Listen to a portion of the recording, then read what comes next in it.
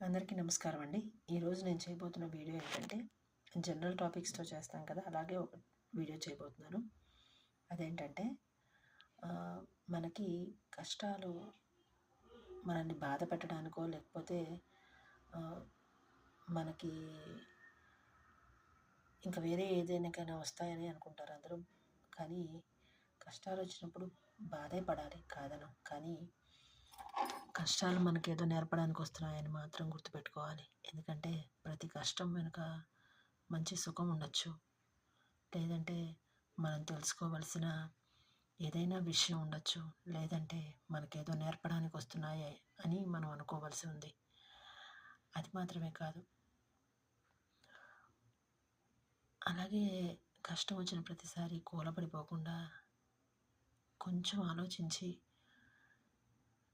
మనకి మంచి చేసేదెవరు, మనకి చెడు చేసేదెవరని ఆలోచించుకొని ముందుకెళితే మనకి గెలుపు తథ్యం. అదేవిధంగా మనకి గెలుపు వచ్చినప్పుడు వెన్ను తట్టే మనిషి ఒకళ్ళుంటే చాలా సంతోషంగా ఉంటుంది కదా. అలాగే ఓడిపోయినప్పుడు కూడా పర్లేదు మరోసారి ప్రయత్నించని ధైర్యం చెప్పేవాళ్ళు కూడా ఉండాలి. అలా ఉన్నప్పుడు మనకి ఎంత కష్టం వచ్చినా ఆ కష్టం కష్టం అనిపించదు. ట్రై చేద్దాం ఇంకోసారి అనే ధైర్యం ఎక్కడి నుంచో ఒక దగ్గర నుంచి వస్తుంది. అలా ఎవ్వరూ లేరు అని అనుకునే స్థితి మనకి ఎప్పుడు వస్తుందంటే మనం గర్వంగా ఉన్నప్పుడు మాత్రమే అలాంటి స్థితి వస్తుంది. మనకెవ్వరూ లేరు, లేదంటే ఎంతమంది ఉన్నా మనకి ఎవ్వరు ఏం చేసేవాళ్ళు లేరు అనేది ఎప్పుడు వస్తుందంటే మనకి ఎంతో మన తలకి గర్వం వచ్చినప్పుడు, మన మనసులోకి అహంకారం వచ్చినప్పుడు మాత్రమే వస్తుంది. ఎందుకంటే ఎవ్వరూ లేకుండా ఎవ్వరికీ ఉండరు. ఎవ్వరూ లేనప్పుడు భగవంతుడు ఉంటాడు.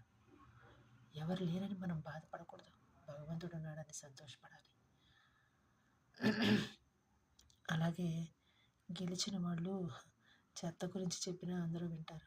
కానీ ఓడిపోయిన వాళ్ళు సాక్షాత్తు భగవద్గీత చెప్పినా ఎవరో వినరు. కానీ ఓడిపోయిన వాడు కూడా ఓడిపోయినవాడు అని చెప్పకూడదు. వాడి స్థానం మొదటివాడి కన్నా తర్వాత, అంతేకాని అది ఓటమి కాదు. మొదటివాడి కన్నా తర్వాత ఉన్న స్థానం కాదా.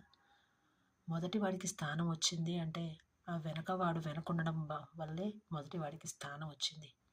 అందరూ వెనకున్న వాడిని వదిలేస్తారు. కానీ ఆ వెనకున్నవాడు వెనక ఉండడం వల్లే ఈ ముందున్న వాడికి స్థానం వచ్చిందని ఎవ్వరికీ అర్థం కాదు.